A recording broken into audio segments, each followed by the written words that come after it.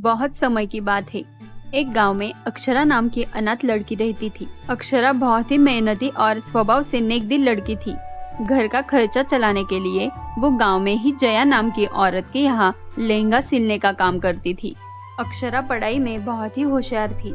वो लहंगा सिलने के काम के साथ ही साथ स्कूल भी जाती थी और बचे कुचे समय में भी पढ़ाई करती थी। अक्षरा की मालकिन जया की एक लड़की थी जिसका नाम सितारा था। सितारा बहुत ही आलसी थी।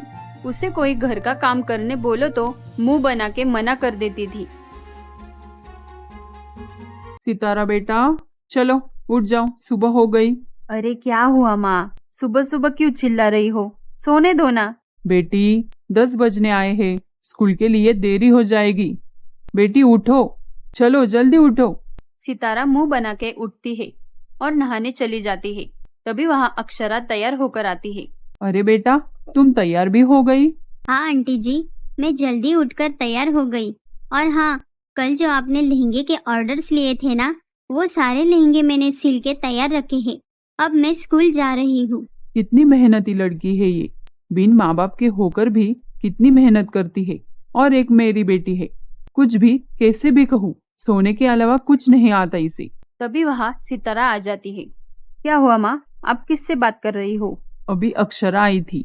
वो लड़की पढ़ाई के साथ साथ हमारा दुकान का भी काम करती है। अगर उसमें भी उसे समय मिल जाए तो वो पढ़ाई करने में बिता देती है। और एक तू है, तुझे सोने के अलावा कुछ भी करना नहीं आता।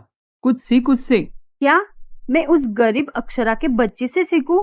अरे मेरी प्यारी माँ, आपको पता है पढ़ाई करना कितना मेहनत का काम है। तब भी मैं पूरी रात पढ़ाई करती रहती हूँ। उस वजह से मेरी सुबह नींद नहीं खुलती। और रही बात उस अक्षरा की बच्ची की, उसे तो पढ़ाई करनी ही नहीं चाहिए। पढ़ाई करना उसकी बस की बात नहीं है। ऐसा कहकर सितारा वहाँ से स्कूल चली जाती है। सितारा और अक्षरा एक ही स्कूल में पढ़ती थी। सितारा जब भी अक्षरा को पढ़ते देखती थी, उसे अक्षरा पे बहुत गुस्सा आता था।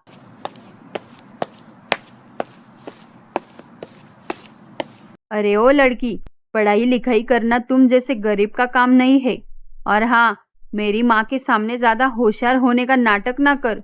मैं अच्छे से जानती हूँ तुम जैसे गरीब लड़कियों की चाल। इतना कहकर सितारा वहाँ से चली जाती है। ऐसे ही दिन बीत रहे थे। एक दिन स्कूल का रिजल्ट आया। अक्षरा स्कूल में अव्वल नंबर पे पास हुई थी और सितारा फेल हो चुकी थी।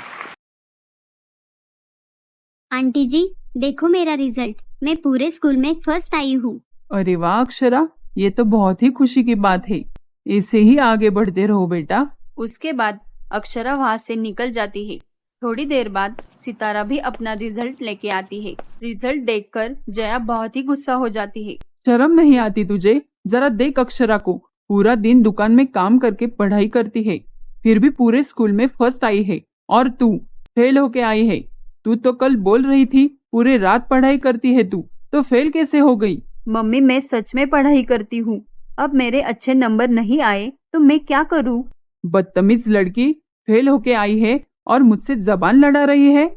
आज से तेरे सारे खर्चे बंद, एक भी पैसा नहीं दूंगी तुझे मैं। अक्षरा की तरह काम करके अपना खर्चा खुद उठा। ऐसा सुनकर सितारा वहाँ से अपने रूम में चली जाती है और मन ही मन सोचती है, इस अक्षरा के बच्चे का कुछ तो करना पड़ेगा। जब देखो तब मम्मी इसका गुणगान गाती रहती है। एक दिन जया कुछ काम से बाहर जा रही थी।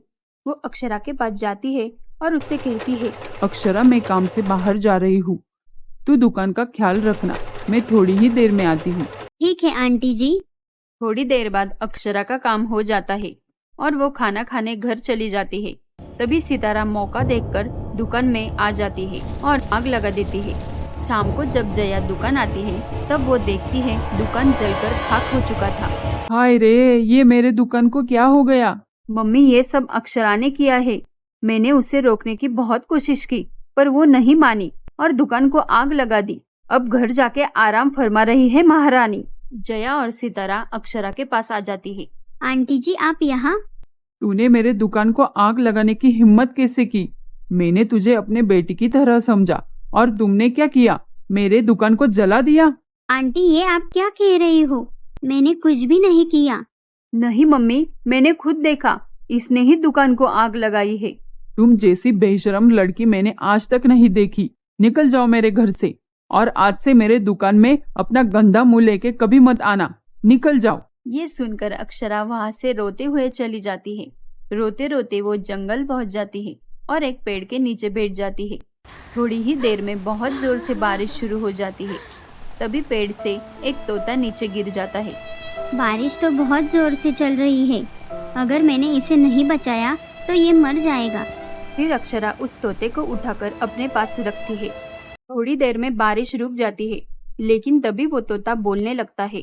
तुम्हारा बहुत बहुत धन्यवाद लड़की, तुम बोल कैसे सकते हो? क्योंकि मैं परी लोक का तोता हूँ। वो तो आज मैं पृथ्वी लोक पे घूमने आया था, लेकिन तुम यहाँ क्या कर रही हो? उसके बाद अक्षरा तोते को सारी बात बताती है। तुम चिंता ना करो, मैं तुम्हारी मदद करूँगा। तुम मेरे साथ आओ। फिर तोता अक्षरा को उसके साथ आसमान में उड़ा के ले जाता है। आसमान में बहुत ऊपर जाने के बाद वो देखती है कि बादल में एक लहंगे का घर है। अक्षरा, ये एक जादुई लहंगे का घर है। तुम इसमें रह लो, तुम्हें इसमें किसी बात की कमी नहीं होगी। और इस घर की सबसे अच्छी बात ये है कि ये घर तुम किसी भी जगह ले जा सकती हो। आज से ये घर तुम्हारा है। ठीक है तोते, मैं इस घर को धरती पे ले जाती हूँ। तुम्हारा बहुत बहुत धन्यवाद। ये कहकर अक्षरा जादुई लहंगे का घर धरती पे ले आती है और हंसी खुशी उस घर में रहने लगती है।